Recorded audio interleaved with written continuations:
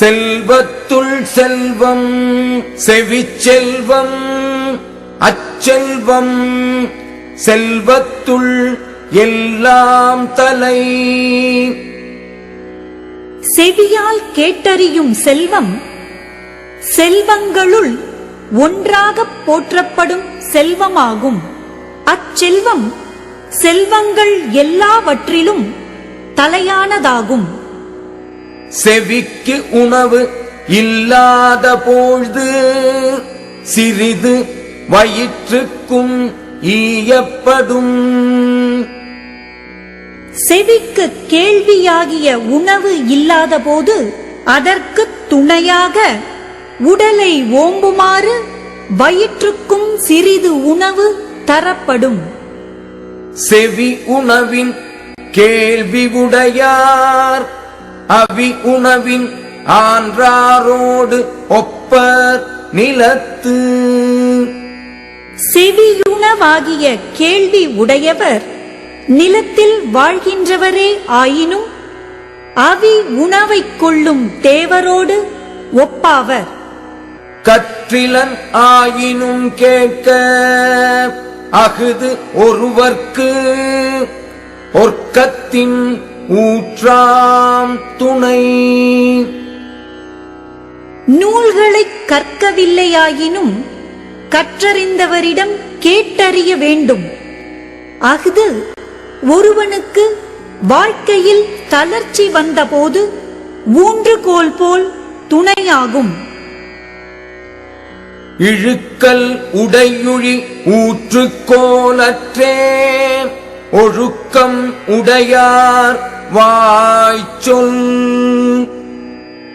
ஒழுக்கமுடைய சான்றோரின் வாய்ச்சொற்கள் வழுக்கல் உடைய சேற்ற நிலத்தில் ஊன்றுகோல் போல் வாழ்க்கையில் உதவும்.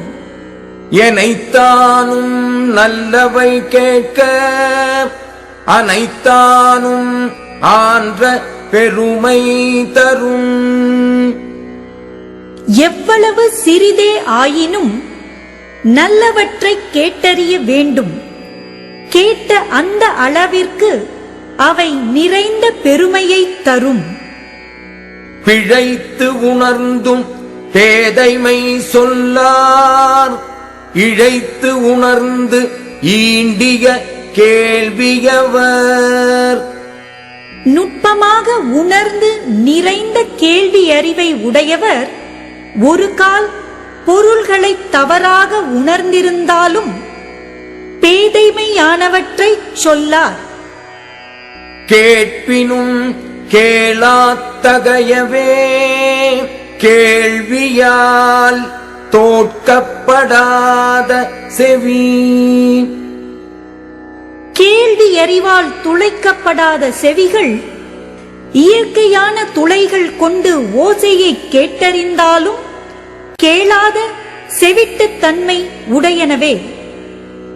நுணங்கிய கேள்வியர் அல்லார் வணங்கிய வாயினர் ஆதல் அரிது. நுட்பமான பொருள்களை கேட்டறிந்தவர் அல்லாத மற்றவர் வணக்கமான சொற்களை பேசும் வாயினை உடையவராக முடியாது. செவியின் சுவை உணரா வாய் உணர்வின் மாக்கள் அவியினும் வாழினும் என். செவியால் கேள்வி சுவை உணராமல் வாயின் சுவையுணர்வு மட்டும் உடைய மக்கள் இறந்தாலும் என்ன, உயிரோடு வாழ்